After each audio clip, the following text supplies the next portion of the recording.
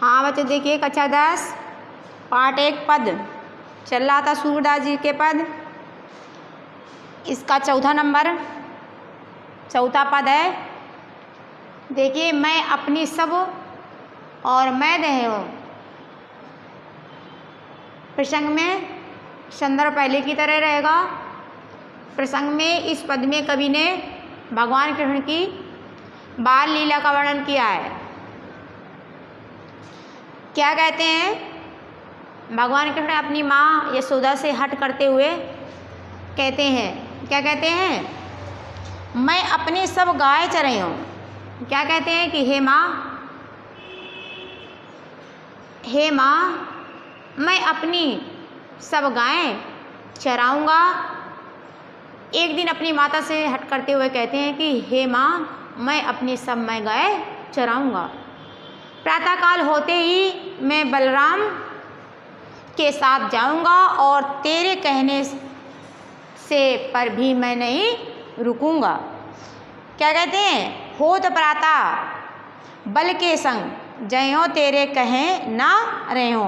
क्या कहते हैं? यदि प्रातःकाल होते हुए मैं बलराम के साथ जाऊँगा गाय चराने और तेरे मना करने पर भी नहीं मानूँगा।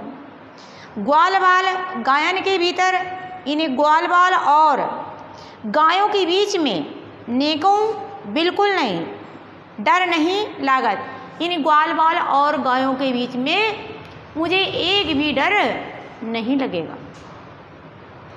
क्या कहते हैं? कि मैं ग्वाल बाल और गायों के बीच में खड़े होने में जरा सा भी डर नहीं लगेगा। और क्या कहते हैं? आज ना हो मैं नंद दुआई। इन्हें क्या कहते हैं? मैं नंद बाबा की कसम खाकर कहता हूँ कि आज मैं सोऊंगा नहीं, रात भर जागता रहूँगा।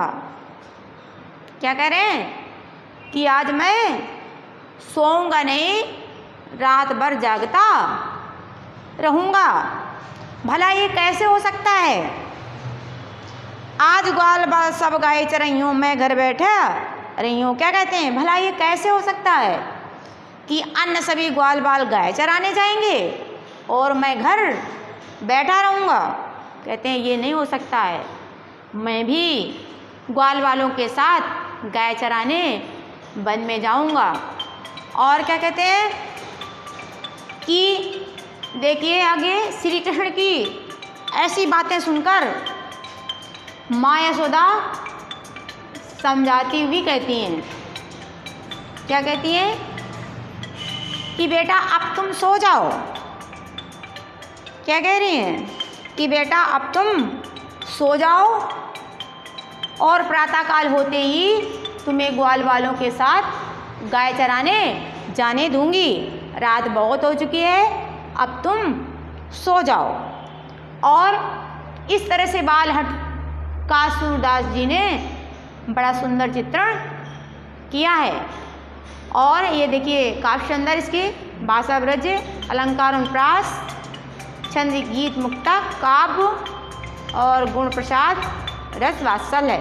इसमें माँ बेटे का प्रेम जहाँ दर्शाते हैं वहाँ वात्सल रस होता है। यहाँ भगवान कृष्ण और यशोदा माँ के प्रेम को दर्शाया गया है, इसलिए वहाँ यहाँ पर वात्सल रस है। अब देखिए अगला पद कल पढ़ाएंगे। और ये सब ध्यान देना कि 16 अक्टूबर से तुम्हारा स्कूल खुलने जा रहा है, इसलिए यहाँ स्कूल में आकर के अनुमति पत्र बनवा लेना और ये कोर्स करते रहो। अगला नंबर आगे कल पढ़ाएंगे, ये ध्यान देना।